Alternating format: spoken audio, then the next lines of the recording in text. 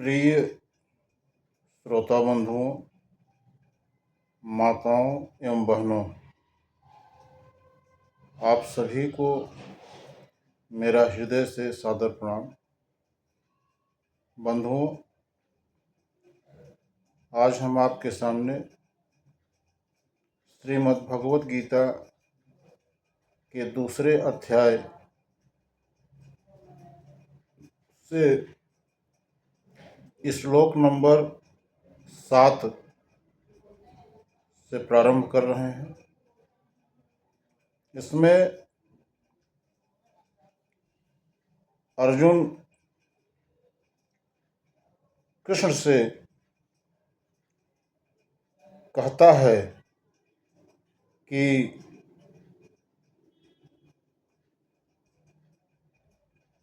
दुर्बलता के कारण अपना कर्तव्य भूल गया हूँ, मैं अपना धैर्य खो चुका हूँ। अब मैं आपका शिष्य हूँ और आपके शरणागत हूँ, कृपया मुझे उपदेश दीजिए। बहुत ही सुंदर प्रसंग है। अनुरोध करूँगा श्रद्धा से श्रवण करें। गीता प्रारंभ के पहले थोड़ा सा मन और वातावरण को शुद्ध करने के लिए राधा कृष्ण नाम का संकीर्तन कर लें। उसके बाद गीता प्रारंभ करते हैं।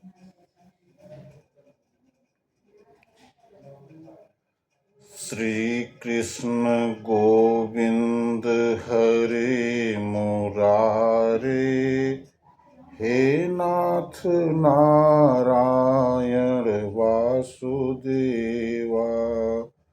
श्री कृष्ण गोविंद हरे मुरारे, हे नाथ नारायण वासुदेवा। हे नाथ नारायण वासुदेवा, हे नाथ नारायण वासुदेवा। श्री कृष्ण गोविंद हरे मुरारे, हे नाथ नारायण वासुदेवा।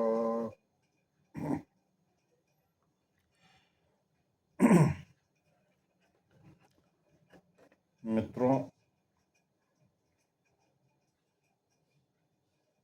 ये द्वितीय अध्याय का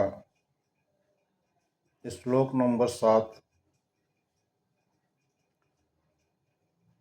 कार्पण्यतोऽसो वहत स्वभावः, पृच्छामि त्वां धर्मसम्मूढचेताः।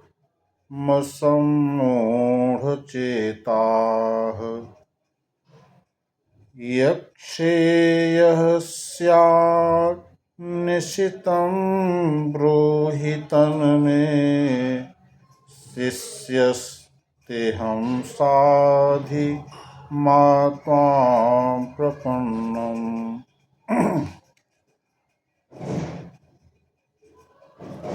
मित्रों, अर्जुन ने कृष्ण से कहा कि अब मैं अपनी कृपण दुर्बलता के कारण अपना कर्तव्य भूल गया हूँ और सारा धैर्य खो चुका हूँ। ऐसी अवस्था में मैं आपसे पूछ रहा हूँ कि जो मेरे लिए श्रेयस्कर हो उसे निश्चित रूप से बताइए। अब मैं आपका शिष्य हूँ और आपके शरणागत हूँ, कृपया मुझे उपदेश दीजिए। मित्रों, इस श्लोक का तात्पर्य ये है कि यह प्राकृतिक नियम है कि भौतिक कार्यकलाप की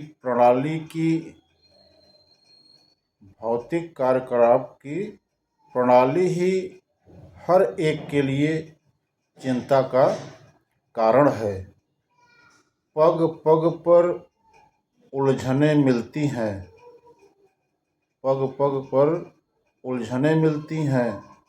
अतः प्रामाणिक गुरु के पास जाना आवश्यक है, जो जीवन के उद्देश्य को पूरा करने के लिए समुचित पथ निर्देश दे सके।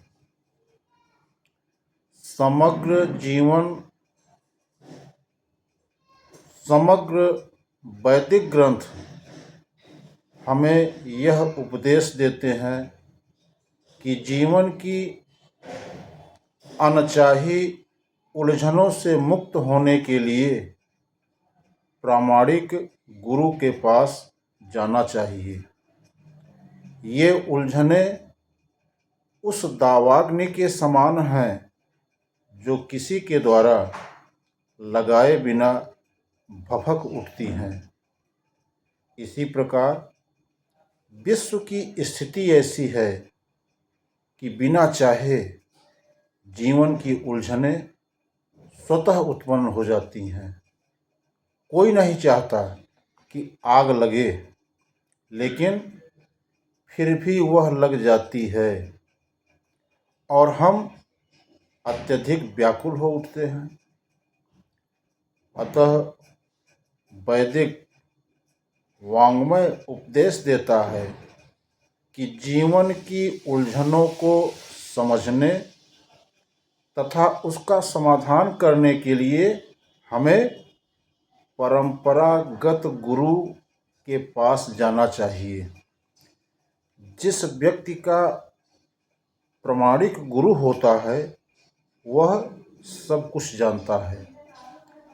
अतः मनुष्य को भौतिक उलझनों में न रहकर गुरु के पास जाना चाहिए। यही इस श्लोक का तात्पर्य है। मित्रों, भौतिक उलझनों में कौन सा व्यक्ति पड़ता है?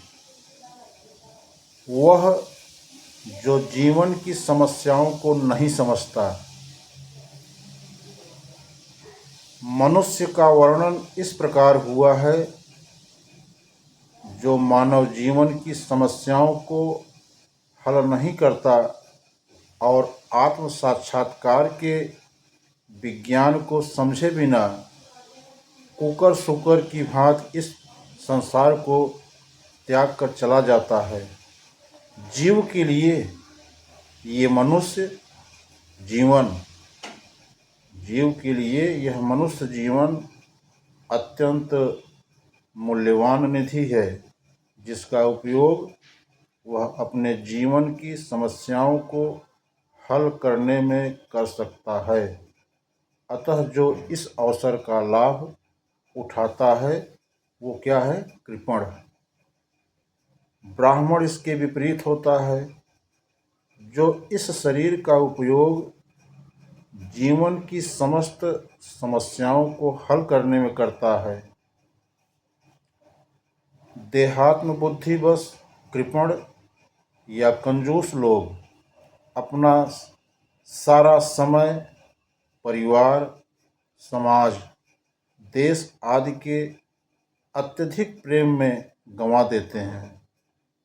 मनुष्य प्रायः चर्म रोग के आधार पर अपने पारिवारिक जीवन यानी पत्नी, बच्चों तथा परिजनों में आसक्त रहता है।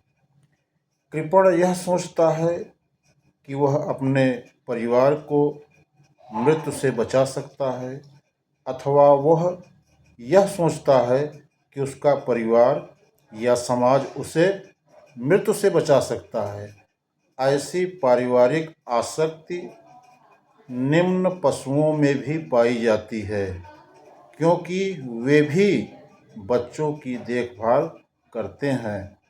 बुद्धिमान होने के कारण अर्जुन समझ गया था कि पारिवारिक सदस्यों के प्रति उसका अनुराग तथा मृत्यु से उनकी रक्षा करने की उसकी इच्छा ही उसकी उलझनों का कारण है।